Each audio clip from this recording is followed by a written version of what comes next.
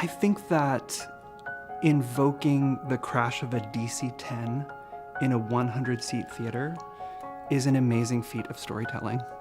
And I think that's what the house specializes in. Audiences leave feeling, sounds so corny, united.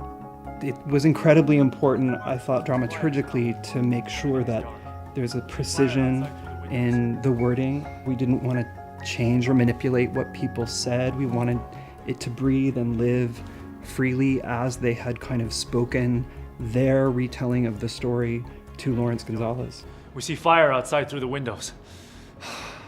I survived a plane crash just to die in fire. A woman came back from seeing the show last year. She's a flight attendant for 52 years with United. Came and brought her family, and her brother was sobbing. And it was the most beautiful thing, and they just kept saying, thank you. I had a friend who saw the play, and he saw me in the street and said, I'm so glad you told me about that play, and I think of it every time I get on an airplane. He just said, I'm never gonna forget that play, and I'm so glad that I saw it. That really moved me, that it would be something that when you've worked on something like a play, that you have audience members carry it with you forever afterwards.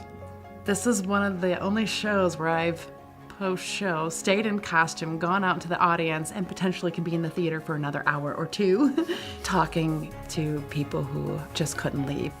We have a very divided country right now. But on this plane, we're all just people. The person next to you, that stranger next to you, is more likely going to help you than hurt you. We inherently want to help one another, and that awakens something in people. I know they feel that. There are hugs after the show with strangers. I hug patrons, they hug me. It's necessary. There's a really wide distance to travel emotionally, and it's in a really compressed amount of time.